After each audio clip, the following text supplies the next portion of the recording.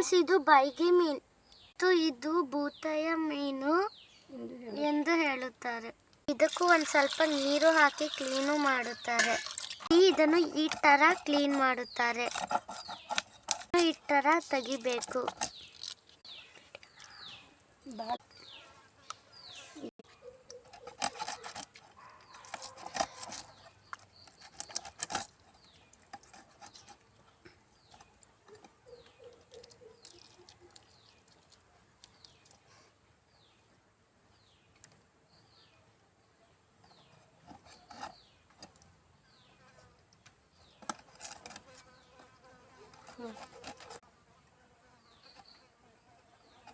ಈ ತರ ಕಟ್ ಮಾಡಬೇಕು.